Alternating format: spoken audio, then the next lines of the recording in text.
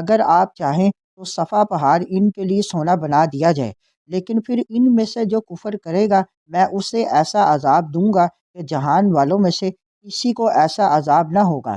اور اگر آپ چاہیں تو میں ان کے لیے توبہ۔ بسم اللہ الرحمن الرحیم۔ آج کی حدیث مبارک، حبیب خدا صلی اللہ علیہ وآلہ وسلم کی خلق خدا پر شفقت۔ المعجم الکبیر، حدیث نمبر 12736۔ المستدرک علی الصحیحین، حدیث نمبر 174۔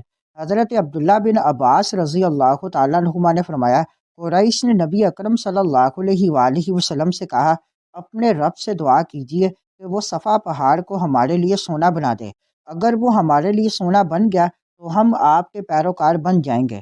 آپ صلی اللہ علیہ وآلہ وسلم نے رب تعالیٰ سے دعا کی تو حضرت جبریل علیہ السلام نے آپ کی بارگاہ میں حاضر ہو کر عرض کی، آپ کا رب آپ کو سلام عطا فرماتا ہے اور اس کا ارشاد ہے، اگر آپ چاہیں تو صفا پہاڑ ان کے لیے سونا بنا دیا جائے، لیکن پھر ان میں سے جو کفر کرے گا میں اسے ایسا عذاب دوں گا کہ جہان والوں میں سے کسی کو ایسا عذاب نہ ہوگا۔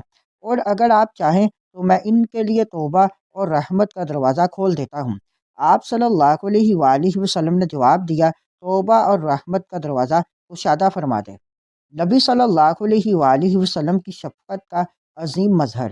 سوچئے، جو لوگ آپ صلی اللہ علیہ وآلہ وسلم کو جھٹلا رہے تھے، جو آپ صلی اللہ علیہ وآلہ وسلم پر الزامات لگا رہے تھے، جو تکلیفیں دے رہے تھے، انہی کے لیے نبی کریم صلی اللہ علیہ وآلہ وسلم نے عذاب کے بجائے توبہ کو پسند فرمایا۔ یہی وجہ ہے کہ اللہ تعالیٰ نے آپ صلی اللہ علیہ وآلہ وسلم کو رحمت للعالمین فرمایا۔ آپ صلی اللہ علیہ وآلہ وسلم چاہتے تو دعا کر دیتے، صفا پہاڑ سونا بن جاتا اور انکار کرنے والوں پر عذاب آ جاتا، لیکن آپ صلی اللہ علیہ وآلہ وسلم نے اپنی امت کے لیے وہ راستہ چنا جس میں واپسی کا دروازہ کھلا رہے۔ توبہ کی عظمت اور اللہ کی رحمت۔ یہ حدیث ہمیں یہ پیغام دیتی ہے کہ اللہ تعالیٰ بندوں کو پکڑنے میں جلدی نہیں فرماتا، بلکہ انہیں سنبھلنے، لوٹ آنے اور معافی مانگنے کا موقع دیتا ہے۔ اسی لیے اللہ تعالیٰ دن میں بھی اپنے ہاتھ پھیلاتا ہے تاکہ رات کا گناہ گار توبہ کر لے، اور رات میں بھی اپنے ہاتھ پھیلاتا ہے تاکہ دن کا گناہ گار لوٹ آئے۔ یہ سب کچھ اس وقت تک جاری رہے گا جب تک مغرب سے سورج طلوع نہیں ہو جاتا۔